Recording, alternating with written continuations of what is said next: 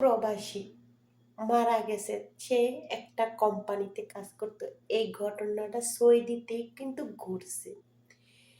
Company phone দিয়ে কফিলটা অনেক ভালো ছিল, ঠিক আছে? তো কফিলে সে কাজের জগৎ থেকে স্টক কইরা সে মারা গেছে। তো আত্মীয় স্বজনকে ফোন দিয়ে বলতেছে যে আপনি কি লাশ নিবেন না টাকা নিবেন। তা ওইসব আত্মীয় স্বজন বাপ মা, হায়রে বাপ মা, ওইসব বাপ মা কেমন বাপ মা আর কেমন বউ বেটি, বলতেছে লাশটা সৌদি মাটিতে ওই দাফন করে দেন, লাশটা সৌদি মাটিতে দাফন করে দেন, টাকাটা বাংলাদেশে পাঠাইয়া দেন।